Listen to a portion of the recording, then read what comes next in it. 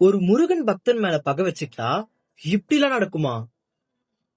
சினத்தவர் முடிக்கும் பகைத்தவர் குடிக்கும் செகுத்தவர் உயிர்க்கும் சினமாக சிரித்தவர் தமக்கும் பழித்தவர் தமக்கும் திருப்புகழ் நெருப்பென எரிவோம் யாம். திருப்புகழான சினத்தவர் முடிக்கும் அப்படின்னு சொல்லிட்டு இந்த திருப்புகழ்ல அருணகிரிநாதர் என்ன சொல்ல வர்றாரு அப்படின்னா, சினத்தவர் முடிக்கும் அப்படின்னா முருகன் அடியாரின் மேல் கோபித்தவர்களின் தலையும், பகைத்தவர் குடிக்கும் அவர்களை பகை செஞ்சவர்களும் அவங்களோட குடும்பங்களும், செகுத்தவர் உயிருக்கும் அவர்களை கொலை செஞ்சவர்களும், சினமாக சிரிப்பவர் தமக்கும் அவங்கள பார்த்து கோபமா சிரிக்கிறதும், பழிப்பவர் தமக்கும் அவங்க மேல தேவையில்லாம பழிகளை இடுவதும், திருப்புகழே நெருப்பென்று அறிவோம் யாம்.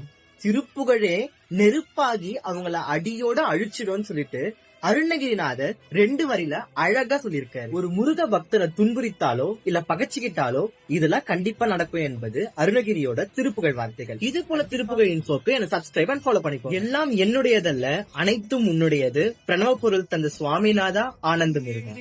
நன்றி, வணக்கம்.